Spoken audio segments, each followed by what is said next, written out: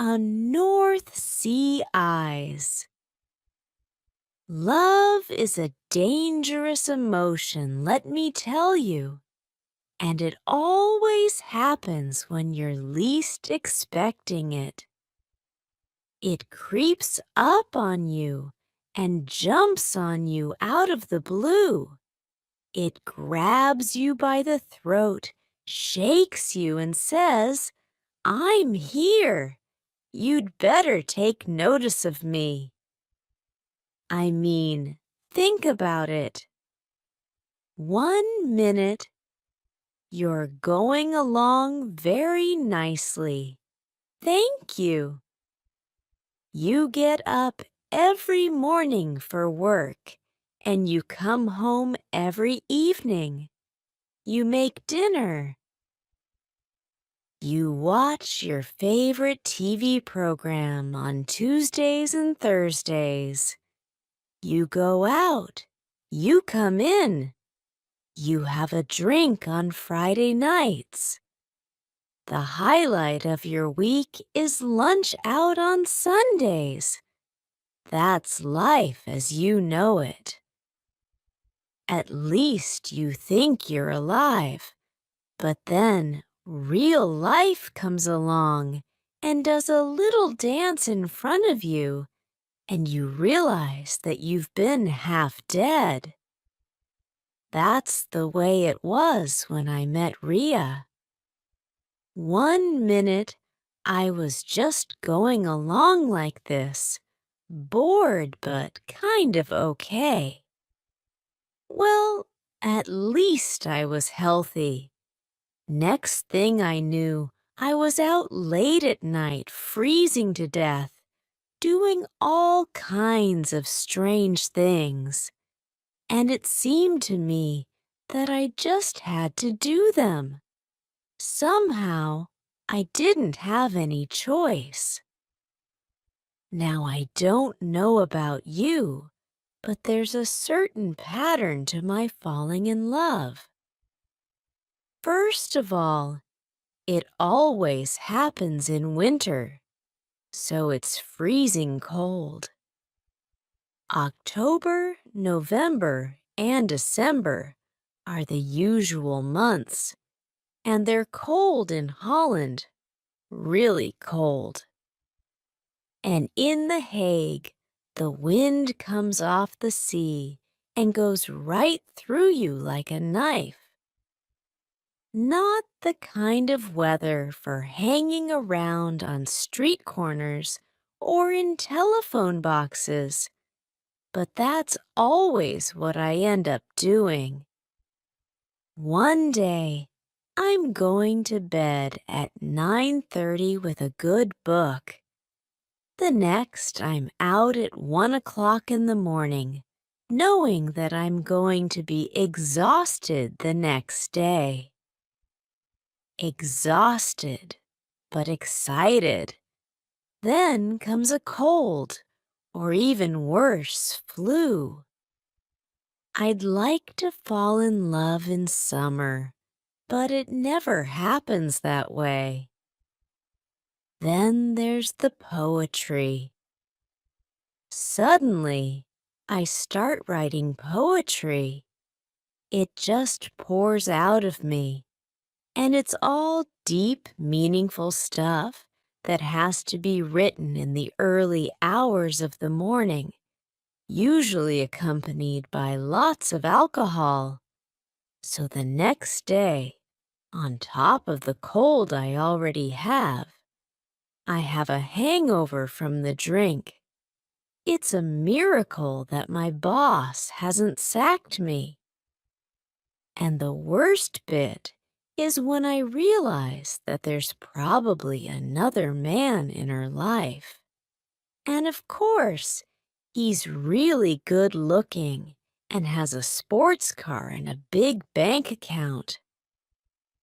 So everything followed more or less the usual pattern with Ria. First came the cold and the poems. I hadn't seen the good-looking boyfriend yet, but I had the feeling that it was just a matter of time. There was something about Ria that was different, though. She was different from other girls. First of all, there was her job. She was a tram driver. But let me tell you a little bit about myself, because no doubt you're wondering what an English guy is doing living in Holland, in The Hague to be exact. Well, my name's Harry Brent. I'm 29, and I've been here for 2 years. I work for an international import and export company, JGD. They're based in Manchester, but have offices all over Europe. They sent me here to work in their Dutch office. I'll probably be here for another 2 or 3 years. Import and export. Sounds kind of boring, eh? Well, it's okay, really. And Holland is an interesting country. For one thing, you can more or less do what you want here. I mean, it's very liberal, very tolerant. And although I don't really do much, that's exciting, if you know what I mean. I like it. I like the atmosphere and just the thought that if I wanted to take all my clothes off in the middle of the street, no one would care. No, no one would even notice. So like I say, I live in The Hague. It's not as beautiful or as exciting as Amsterdam, but it has its advantages. The best thing about it is that it's near a place called Scheveningen, which is almost unpronounceable but lovely. It has long, soft, sandy beaches, which are wonderful for walks. And the sea here, the North Sea, is just beautiful, a soft blue-gray. I go to the beach a lot. The traffic in The Hague is pretty bad, but it has good public transport. The noisy red trams and their rails are a familiar sight, and that's how I get about.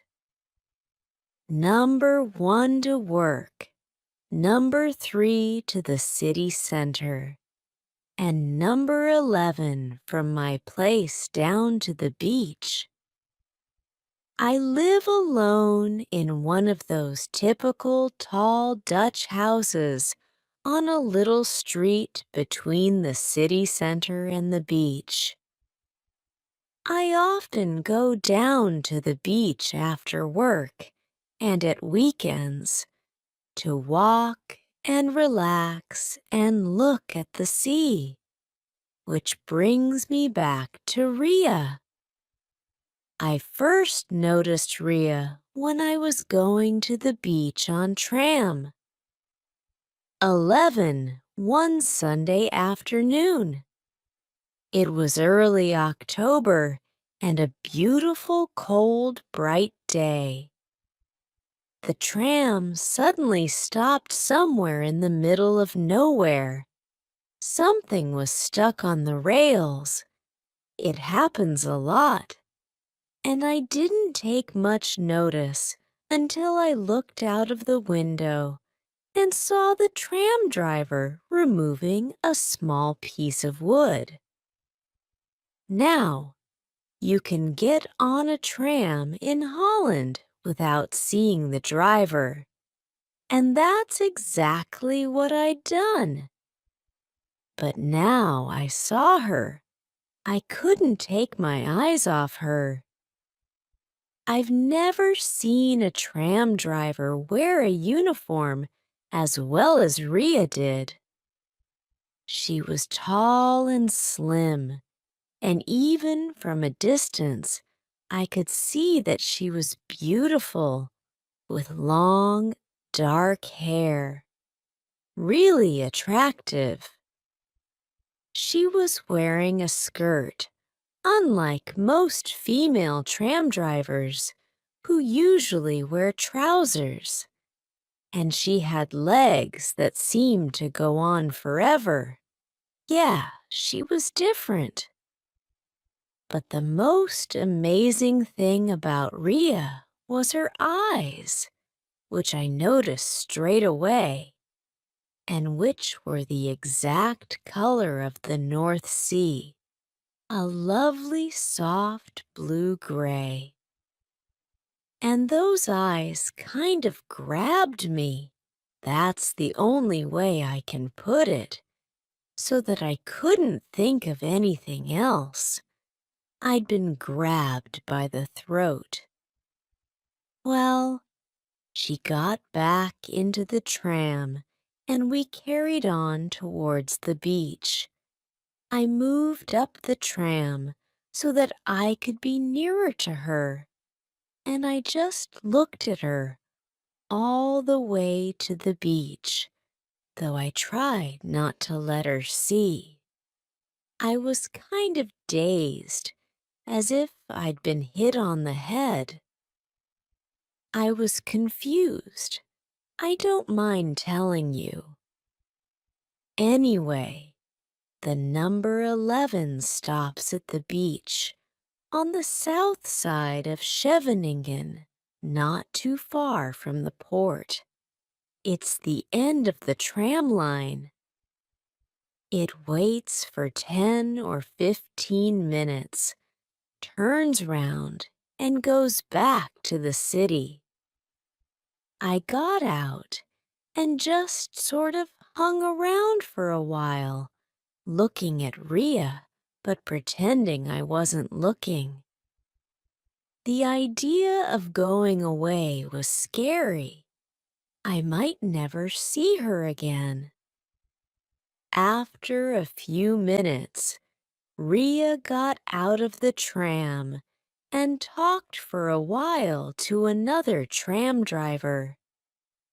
That's when I discovered that she was called Ria, because I heard him shout something to her. It looked like she was going to drive tram 11 back to the city.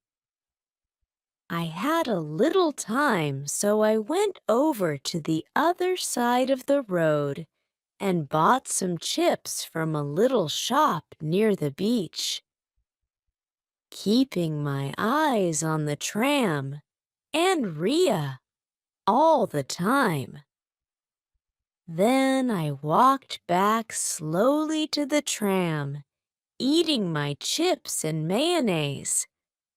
I know it's a strange combination, but I've got used to it. I got back on the tram and went back to the city with Ria. So that was it, really. For the next 2 weeks, I spent all of my spare time on trams, especially on tram 11, hoping that she would be the driver and that I'd get to see her. I got to love that little red tram. It was kind of comforting. I also spent a lot of time waiting for trams, which is when I got the cold. I got to know her routine, and I managed to see a lot of her one way or another. And at nights, I would go home to my house and write poetry. Anyway, one late afternoon, I was waiting for the tram on the platform. It pulled up, and as luck would have it, Ria was driving. I was feeling kind of brave that particular day, and I got on at the front just so I could really see her. As I got on, she smiled at me and said, "Gute Mittag," which means good afternoon.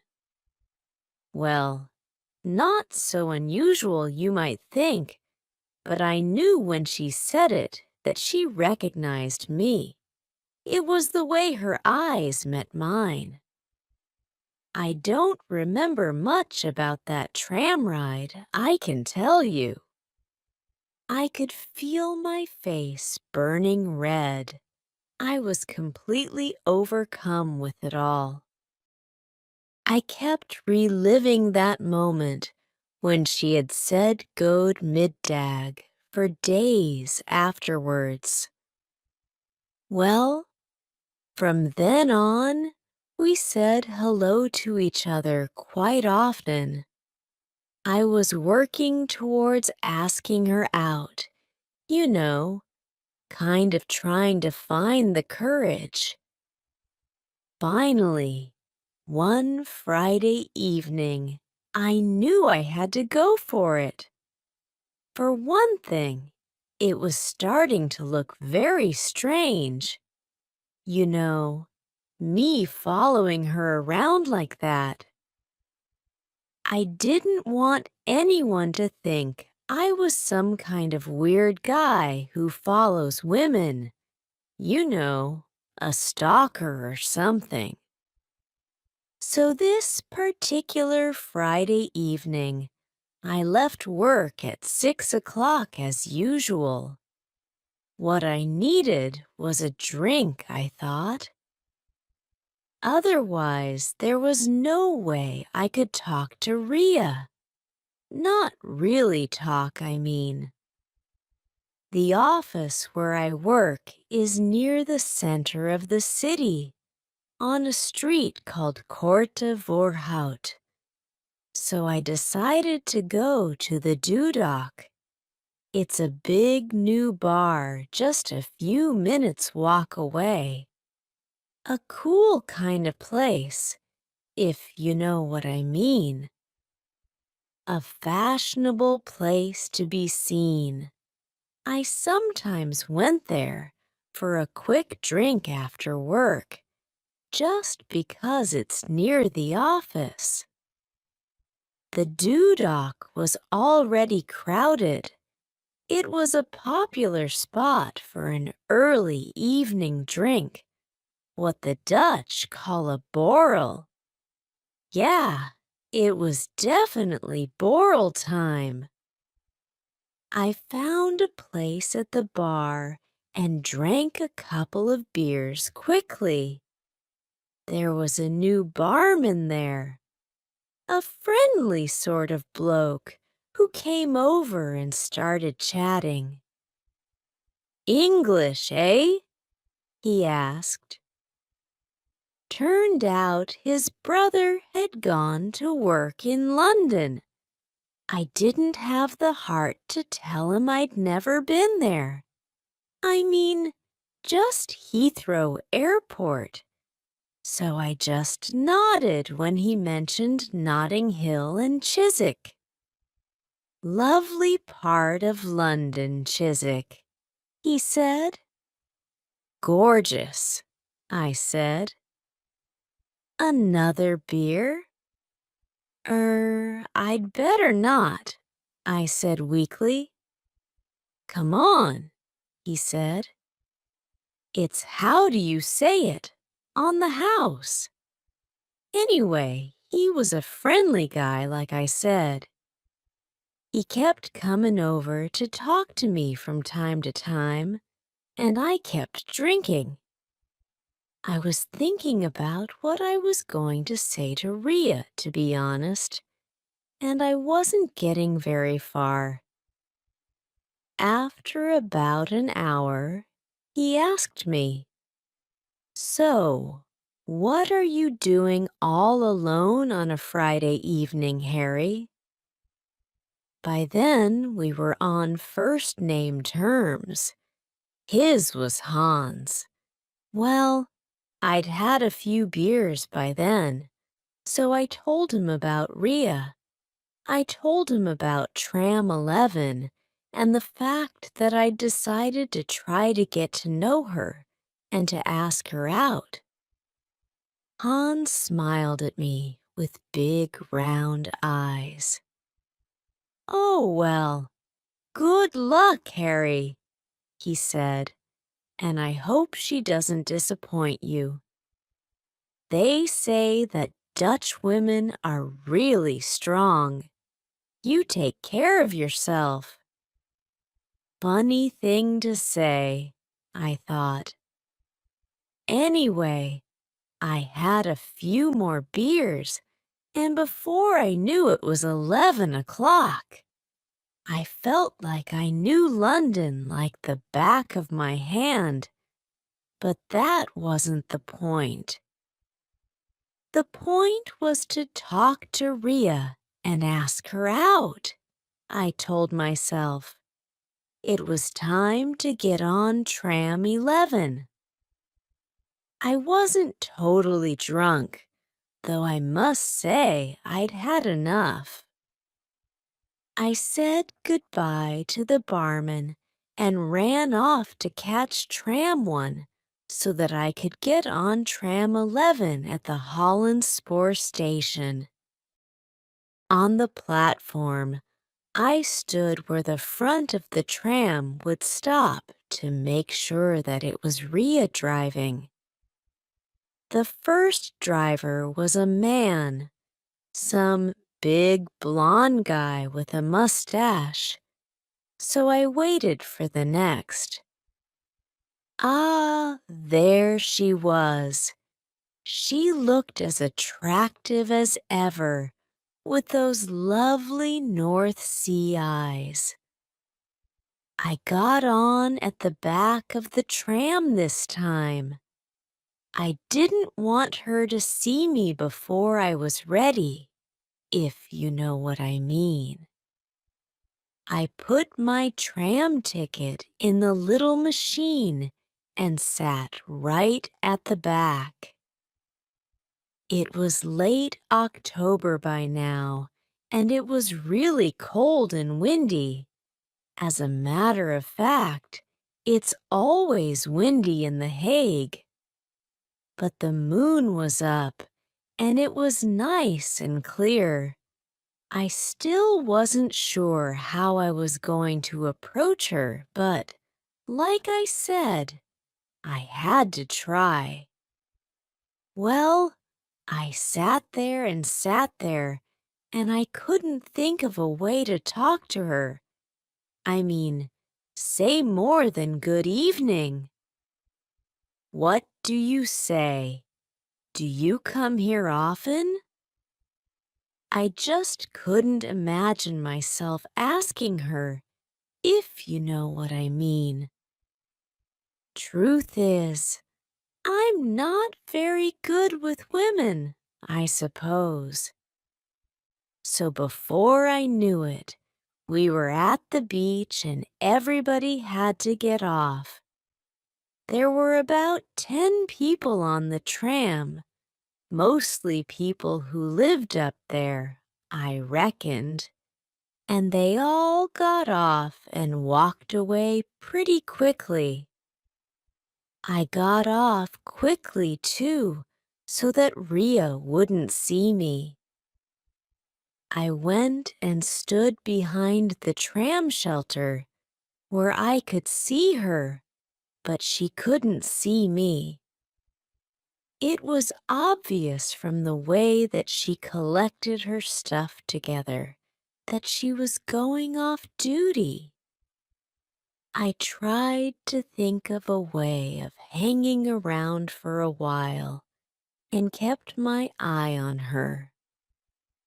Then she said something to another tram driver who was going to take the tram back to the city center. And then she set off walking quickly in the direction of the port. I didn't know what to do, to be honest, seeing her go like that. So I followed her. Oh, I know it looked like I was stalking her, which is exactly what I said I didn't want to do. But it seemed like my only choice. Like I said, love is a dangerous emotion. Well, by now the wind was blowing up a storm over the North Sea, and the sky was full of huge black clouds. Dutch weather is like that old joke. If you don't like it, just wait a while and it'll change. The sky reminded me of one of those paintings you see at the Rijksmuseum in Amsterdam, painted by Rembrandt or Vermeer or someone. It wasn't raining yet, but it was only a matter of time. I kept quite far behind Ria. Well, I didn't have much choice, to be honest. She was a very fast walker. She kept up a quick pace along the seafront, trying to get home before the storm blew up, I suppose. I was almost running just to keep her in sight. I suppose I was drunk too, to be honest. And it's hard to move fast when you've drunk too much. There were a few people still around, coming out of the bars and restaurants in Scheveningen and walking to their cars or just taking the sea air. I didn't look too strange. It was about midnight by now. I was thinking to myself, this is stupid, and telling myself that I was a coward. But like I say, I couldn't help it. The beachfront at Scheveningen is long, and there's a kind of wide path that goes right down towards the port. That was obviously where Ria was heading, so I was thinking that she had to live somewhere near the port. Part of the old fishing village, the original Scheveningen, is down there. So I carried on walking, following her. The weather at the beach changes pretty quickly, like I said, and sure enough, before long it started raining quite hard. That kind of horizontal rain you get around here. I didn't have an umbrella, of course, so soon I was completely soaked. After about 20 minutes walk, we got near the port. At the beginning of the port area, there are a lot of fish restaurants and small bars. But by now they were almost all closed, and the place was nearly deserted. Ria looked round at one point, but I was far enough away that she couldn't recognize me. Then we got into the port itself. There were quite a few boats there, a few local fishing boats, and some ships with the names of English ports on them. Around the harbor itself, it was pretty dark, and the only noise I could hear was the sound of Ria's heels on the pavement. Right in the corner of the harbor, there's a little bar called De Hoek. It's a place where the fishermen go, and some Scheveningen locals. I'd never been in there myself, though I'd heard people at the office talk about it. It had a reputation as a wild kind of place. It was still open. I could see a kind of dim yellow light, and there was music and voices coming from inside. I looked at my watch. It was 1 o'clock. It was late, but the bar was so far away from any houses that it could probably stay open as long as it liked, I thought. Anyway, Rhea walked over towards it, opened the door, and went right in. Odd, I thought. Did she live there? Or was she just going in for a quick drink before bed? Hard to say. By now, the rain had died down a bit, so I decided to wait a little longer. Well, I was already wet through, so it didn't matter. Yeah, I know it sounds crazy, but that's what I told you. You do strange things when you're in love. So I waited quite a while. My mind was working overtime, I can tell you. Did she live here? Or did her boyfriend live here? There had to be a boyfriend. Perhaps he was a fisherman or sailor. A good-looking sailor with a sports car and a big bank account, of course. That would be just my luck. So there I was, waiting. And I thought, hey, I haven't got anything to lose. You know what I mean? So what if she's got a boyfriend? It can't be any worse than standing out here, dripping wet and shivering. By now, I was like a dog that had just come out of the sea, and it looked like it was going to start raining again. So I walked over to the bar and opened the old wooden door. The only things I noticed at first were the overpowering smell of cigars and a fair amount of smoke. I could hear music playing too, sounded like jazz. I looked around, trying to see Rhea. Are you sure you want to come in here?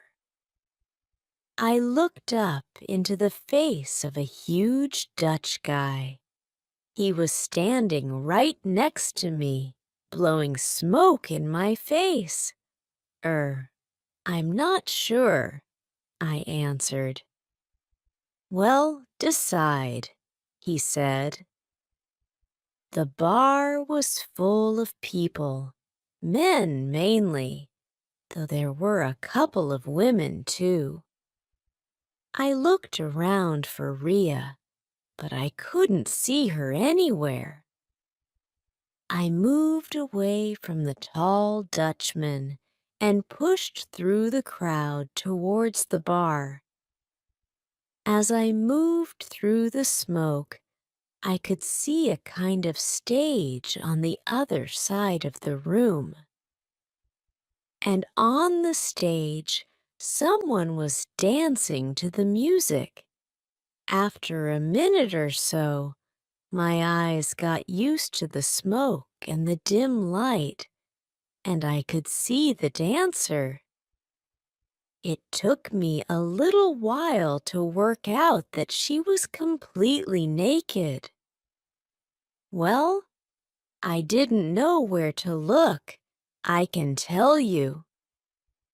The big Dutch guy was looking at me, smiling and watching for my reactions. I sort of smiled back. To be honest, I wanted to leave. I felt kind of embarrassed, but I didn't want to seem foolish or anything, so I acted like it was the most natural thing in the world. I ordered a beer, though it was the last thing I wanted, to tell you the truth. I just wanted to run out of there, Ria or no Ria. Then the music stopped and everyone clapped. Oh, good, I thought. This is my chance to get out of here. But the music started again almost immediately, and someone else came onto the stage. Look at this, said the big Dutch guy, pushing my elbow. You'll like this. I smiled kind of awkwardly and looked over to the little stage and at the face of the new dancer. She was wearing a bit more makeup than usual, but there was no mistaking those eyes. It was Ria. Well, I was shocked, I can tell you, but it got worse. The music started, and Ria started taking her clothes off. Everyone in the bar was shouting and whistling. Part of me wanted to leave, but the other part just made me stay there. I couldn't move. Little by little, Ria's clothes came off until she was completely naked. And then came the greatest shock of all, because then I saw that there was something about Ria that was different. She was different from other girls, and it wasn't only that she was a tram driver, she was a man. Ah! I sort of screamed and moved quickly towards the door. See what I mean, said the big Dutch guy behind me, laughing. I ran outside. The Dutch guy followed me, shouting, So, you like our entertainment, do you, little English boy? A bit rude, I thought, calling me little, but I thought I'd let it pass. I ran as fast as I could. I ran all the way back home. I couldn't help thinking about what Hans had said about strong women. He didn't know how right he was. Yeah, there are times when life comes and grabs you by the throat.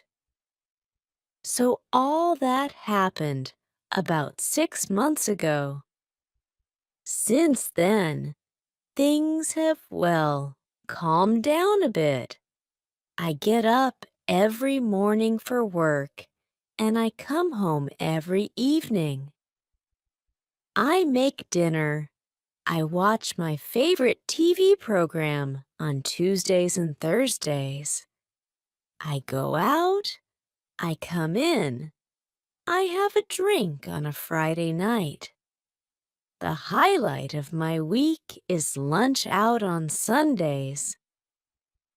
Okay, it's boring, but to tell the truth, I kind of like it. I'm happy, but I'm really not looking forward to the winter.